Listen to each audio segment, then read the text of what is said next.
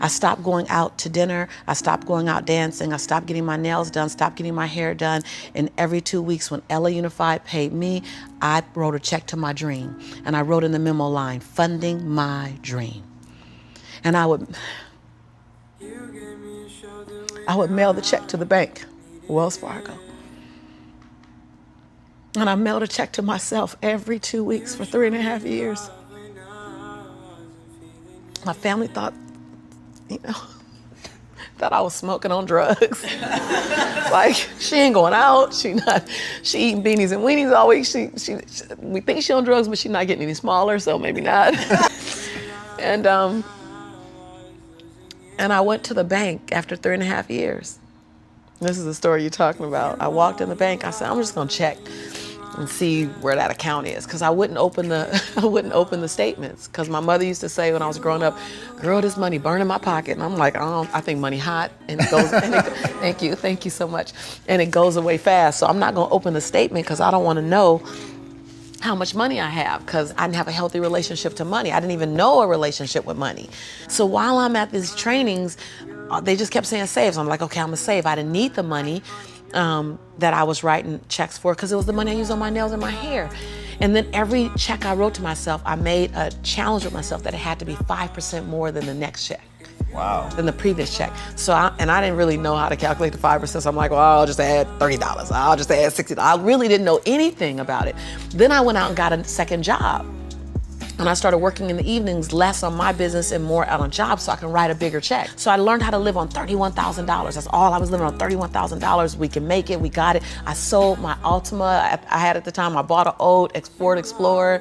I just skinnied down. I moved out of my 3-bedroom house. I moved in with a roommate. She smoked even, and I was like, okay, I'm gonna put towels under the base of the door. Y'all, you gotta be inconvenienced.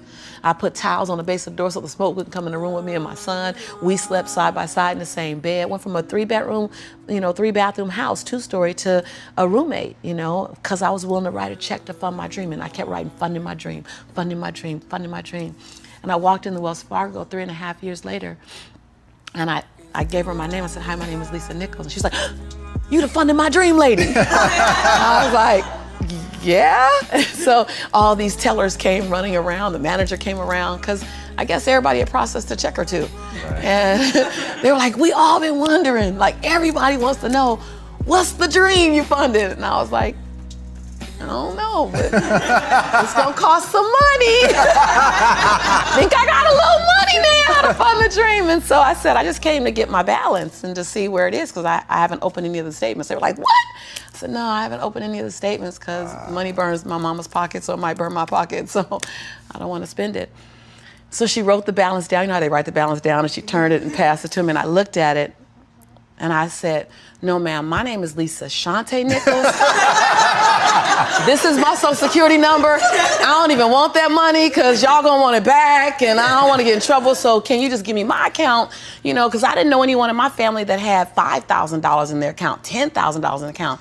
So when you write down that I have $62,500 in my account, that's not mine. And so they all teared up, like everybody started crying. They're like, no, it's yours.